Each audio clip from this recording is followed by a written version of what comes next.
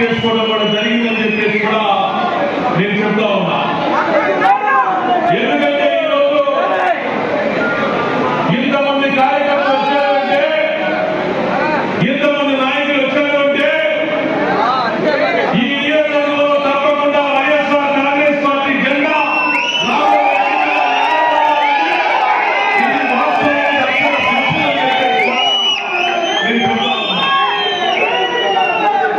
ఎందుకంటే మన 16వ తారీఖున నేను ఈ నియోజకవర్గంలో వైఎస్ఆర్ కాంగ్రెస్ పార్టీ అభ్యర్థిగా జగనన్న నన్ను పంపిస్తే ఆ రోజు 16వ తారీఖున ఈ నియోజకవర్గంలో అడుగు పెట్టిన దగ్గర నుంచి ఈ రోజు వరకు కూడా నేను అన్ని గ్రామాలు అన్ని డివిజన్లో ఉన్నటువంటి మన పార్టీ ముఖ్య నాయకుల్ని, ప్రజాప్రతినిధుల్ని, కార్యకర్తల్ని, అభిమానుల్ని అన్ని గ్రామాలలో కూడా తిరిగి నేను వాళ్ళందరినీ కూడా పలకరించి నన్ను ఆశీర్వదించండి, జగనన్న నన్ను పంపించాడు, నన్ను ఆశీర్వదించని చెప్పేసి అందరినీ కూడా అడిగి ఈ రోజు ఒక సమావేశాన్ని ఏర్పాటు చేసుకుంటే మీరందరూ ఇంతమంది వచ్చారంటే ఈ నియోజకవర్గంలో వైఎస్ఆర్ కాంగ్రెస్ పార్టీ ఏ మాదిరిగా బలంగా ఉందో, వైఎస్ఆర్ కాంగ్రెస్ పార్టీ అభ్యర్థిగా పోటీ చేసినటువంటి నేను తప్పకుండా గెలవబోతున్నటువంటి సంకేతాన్ని మీ ద్వారా ఈ క్షేత్రంలో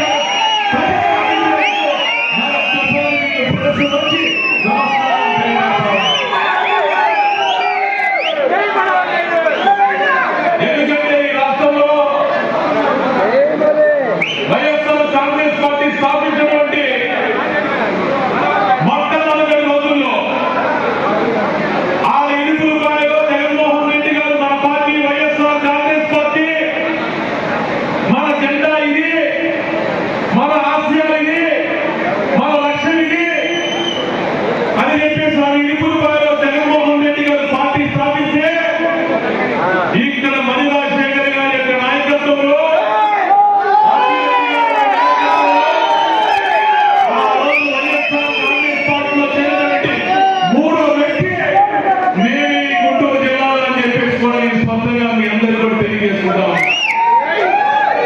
ఆ రోజు మణి రాజశేఖర్ గారు, అప్పిరెడ్డి గారి నాయకత్వంలో ఆ రోజు వైఎస్ఆర్ కాంగ్రెస్ పార్టీలో చేరి ఆ రోజు అధికార కాంగ్రెస్ పార్టీలో నుంచి వచ్చినటువంటి మూడో వ్యక్తి ఈ గుంటూరు జిల్లాలో ఈ మనోహర్ అని చెప్పేసి మీ అందరికీ కూడా మరొకసారి